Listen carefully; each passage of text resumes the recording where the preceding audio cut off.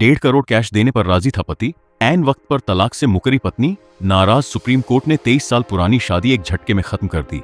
पति और पत्नी के बीच एक विवाद सुप्रीम कोर्ट तक पहुंचा, जहां अदालत ने दोनों पक्षों के बीच समझौता भी करा दिया था, लेकिन पत्नी आखिरी वक्त पर समझौते से मुकर गई और पति पर मुकदमा ठोक दिया। सुप्रीम कोर्ट में एक अनोखा मामला सामने आया है, जहां घरेलू विवाद में पहले तो पत्नी ने समझौता किया और फिर पति पर केस ठोक दिया। सुप्रीम कोर्ट ने इस केस में क्या कदम उठाया, वरिष्ठ वकील प्रभजोत जौहर से समझिए। पत्नी के वैवाहिक विवाद पर सुप्रीम कोर्ट का यह फैसला बेहद महत्वपूर्ण है। दरअसल पत्नी के आचरण से नाराज सुप्रीम कोर्ट ने अनुच्छेद 142 का इस्तेमाल कर शादी भंग कर दी।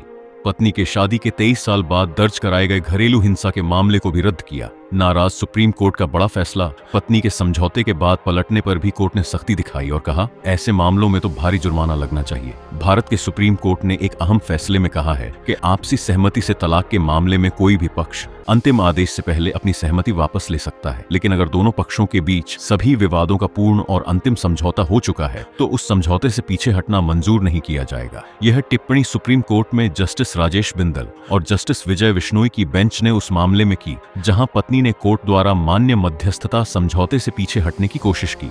120 करोड़ की ज्वेलरी और 50 करोड़ का सोना। पत्नी ने सुप्रीम कोर्ट में दावा किया था कि समझौते के अलावा पति ने 120 करोड़ की ज्वेलरी और 50 करोड़ के सोने के बिस्किट वापस देने का वादा किया था, जिसमें टैक्स बचाने के लिए लिखित में नहीं रखा गया। इस पर कोर्ट ने कड़ी नाराजगी जताते हुए कहा कि इस तरह की दलील देना न्याय व्यवस्था के प्रति गंभीर असम्मान है। कोर्ट ने कहा कि 23 साल की शादी में पहली बार घरेलू हिंसा का मामला उठाया गया। यह केस बाद में और जानबूझकर दर्ज किया गया ताकि विवाद जारी रखा जा सके। पति पत्नी के विवाद में समझौता। जस्टिस विजय विश्नोई द्वारा लिखे फैसले में सुप्रीम कोर्ट ने सख्त टिप्पणी की कानून के तहत सहमति वापस लेना संभव है, लेकिन पूरा और अंतिम समझौता होने के बाद उसकी शर्तों से मुकरना सही नहीं है। एक बार मध्यस्थता में हुआ समझौता और कोर्ट द्वारा मंजूर होने के बाद वही आगे का आधार बन जाता है। ऐसे समझौतों से पीछे हटना मध्यस्थता सिस्टम को कमजोर करता है। भारी जुर्माना लगाने की बात कही बिना उचित कारण समझौते से पीछे हटने पर भारी जुर्माना लगाया जाना चाहिए। कोर्ट ने साफ किया कि समझौते से केवल इन स्थितियों में ही पीछे हट सकते हैं, अगर समझौता धोखाधड़ी, दबाव या गलत जानकारी से हुआ हो या दूसरे पक्ष ने अपनी शर्तें पूरी न की हो। कोर्ट ने माना कि शादी पूरी तरह टूट चुकी है।